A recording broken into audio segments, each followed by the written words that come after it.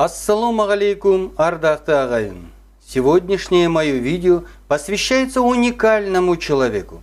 Это простой казахский солдат, в честь которого в годы войны против фашистской Германии была названа огромная военная советская подводная лодка. Такого практически не было за всю советскую историю. Даже в честь маршалов и генералов при жизни не назывались не то что подводные лодки, а даже простые корабли. Если же сказать про узбеков, кыргызов или таджиков, то они даже мечтать не могли о том, чтобы в честь их батыра назвали советскую подводную лодку. И тут кто-то может подумать, что это просто легенда, однако в военном морском флоте СССР с 1944 по 1958 год на вооружении действительно состояла дизельно-электрическая торпедная подводная лодка типа средняя, сокращенно С-16, которая называлась Жаппаспай Нурсиитов. Но кто такой этот Жаппаспай Нурсиитов и почему в его честь была названа целая подводная лодка? Итак, начнем. Жаппаспай Нурсиитов родился 9 мая 1923 года в ауле номер 7. Сегодня это поселок Шеркейле Теренузекского района Кызылординской области. Окончив начальную школу с 1936 по 1941 год, Жаппаспай работал в родном колхозе, а затем на станции Кызылорда. В 1942 году Жаппаспай Нурсиитов был призван в Красную армию, и так началось его участие в войне против фашистской Германии. Сначала молодой Жаппаспай направляется на курсы стрелков, на которых осваивает почти все виды стрелкового оружия. После этого Жаппаспая Нурсиитова зачисляют в 436-й полк 155-й стрелковой дивизии.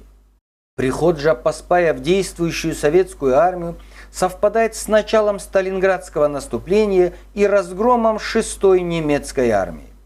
В этих битвах Жаппаспай получает свою первую боевую награду – медаль за отвагу. Но вскоре Жаппаспай был тяжело ранен. Ранение было до того тяжелым, что, отправляя его в госпиталь, командиры были уверены, что Жаппаспай не выживет. Поэтому его включили в список погибших и даже отправили домой похоронку. Однако случилось неожиданное. В полевом госпитале врачам удалось спасти жизнь молодому воину, и вскоре храбрый казах вернулся в свою часть. Следующие воинские подвиги Жаппаспай совершает в боях за украинский город Харьков. В битве под Ахтыркой он одним из первых поднялся в атаку и огнем автомата уничтожил больше 30 фашистов и еще несколько врагов взял в плен. Еще через некоторое время в бою за освобождение деревни Сарынчевка Жаппаспай под сильным огнем противника 2 противотанковыми гранатами уничтожил вражескую пушку.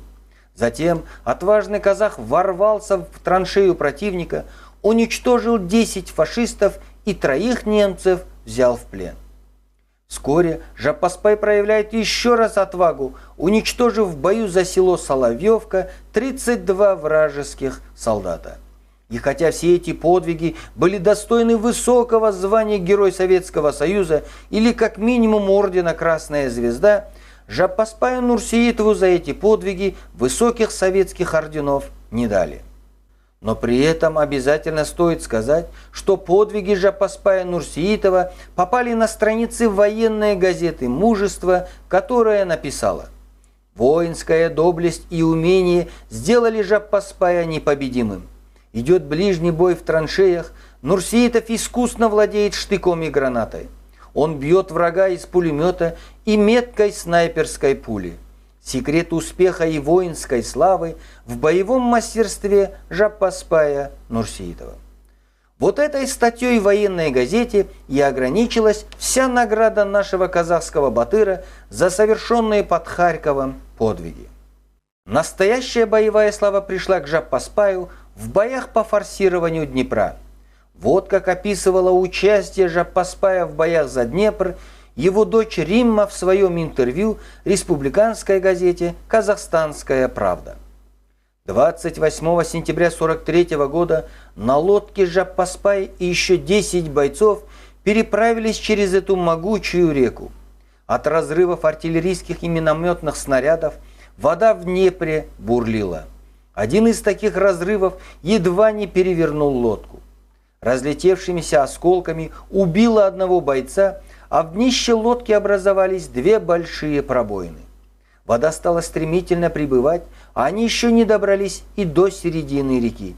Отец не растерялся, заткнул одну пробоину шинелью, а вторую пробоину прикрыл своим телом. Так им удалось переплыть на вражеский берег, сохранить полный боекомплект и выполнить боевое задание. Дойдя до противоположного берега Днепра, Жаппаспай вместе с товарищами закрепились на высоте неподалеку от деревни Григорьевка и начали отчаянно отбивать атаки врага. Через некоторое время самых ожесточенных боев в живых остается только один Жаппаспай, который, однако, продолжает удерживать высоту, расстреливая врага из 6 пулеметов. За сутки отважный казахский батыр отбивает 13 вражеских атак и уничтожает более 150 фашистов. При этом Жаппаспай и сам получает тяжелейшие ранения, но высоту не сдает. Когда же к нему пробилось подкрепление, Жаппаспай практически сражался уже из самых последних сил. Увидя, как к нему пробиваются его сослуживцы, и убедившись, что высота теперь в надежных руках, раненый Жаппаспай теряет сознание. Осмотревший его санитар объявляет, что он получил раны, которые вряд ли совместимы с жизнью. Однако все же казахского воина решают отправить в госпиталь. На этот раз ранения действительно оказались серьезными, и выздоровление батыра затянулось. Именно в госпитале Жаппаспай узнает о том, что 10 января 1944 года он был награжден званием Герой Советского Союза номер 1780 и получил одновременно орден Ленина. После лечения казахскому батыру, ставшему героем, дают месячный отпуск и отправляют в родной аул Ширкеля. На родине Жаппаспая, как и положено по тогдашним традициям, встречают с огромным почетом. На станции Теренузек батыра встречают с оркестром, а в родном ауле был устроен самый настоящий праздник. И на этом празднике секретарь Теренозекского районного комитета партии Дүйсенбай Рахметов вручил матери героя ковер, который тогда считался самым ценным подарком. После праздника была устроена поездка батыра по близлежащим аулам, где Жаппаспаю был устроен самый почетный прием. Везде были рады увидеть Жаппаспая, который стал первым выходцем из Кызылорды, ставшим героем Советского Союза. Именно в это время и произошло невиданное до этого событие. Кызылординские комсомольцы пишут письмо на имя самого Сталина с просьбой построить подводную лодку на собранные ими 3000 тонн металлолома и 5 миллионов рублей. Самое интересное, неожиданно просьба кызылординской молодежи дошла куда надо, и 24 апреля 1944 года выходит приказ наркома военно-морского флота Кузнецова присвоить подводной лодке С-16 название «Герой Советского Союза Нурсиитов». Первым командиром подводной лодки был назначен капитан 3-го ранга Алексей Лепешкин. Вот как об этом писал впоследствии Каланов в своей книге «Имена подводных кораблей России». Вскоре флот пополнился новыми лодками, построенными на средства трудящихся: «Рыбник Донбасса», «Героический Севастополь», «Иркутский рыбак», «Советская Сванетия», «Герой Советского Союза Нурсиитов». Подводная лодка, названная именем казахского батыра, прошла не менее выдающийся боевой путь. Сначала она воевала в составе Каспийской военной флотилии.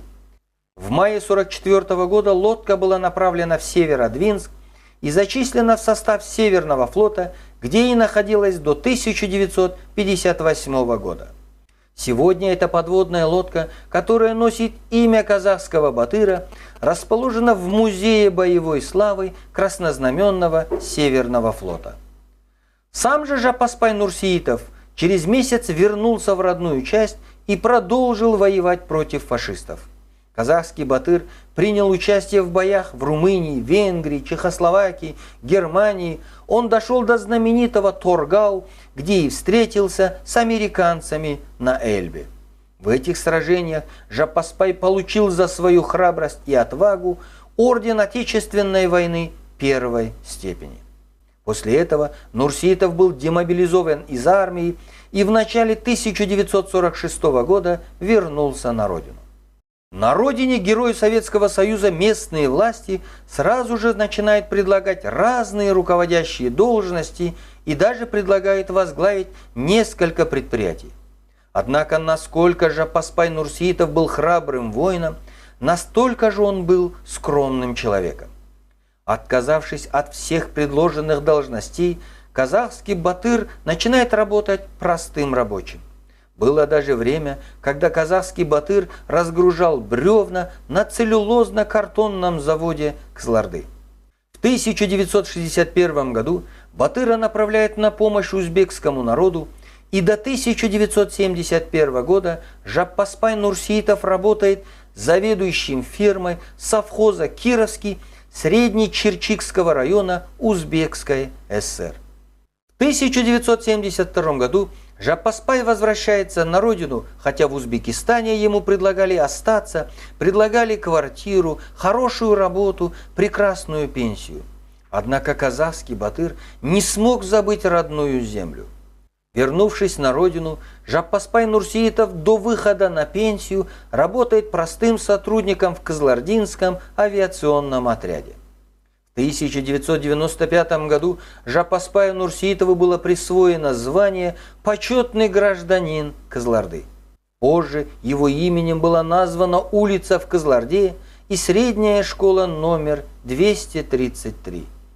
А в апреле 1997 года, после тяжелой болезни, батыр ушел из жизни.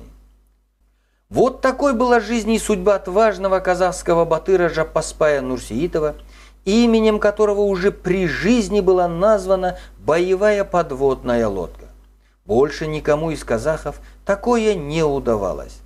Самое обидное, о таком прославленном казахском батыре практически не знают современные казахи, хотя именно на примерах таких людей и воспитывается патриотизм.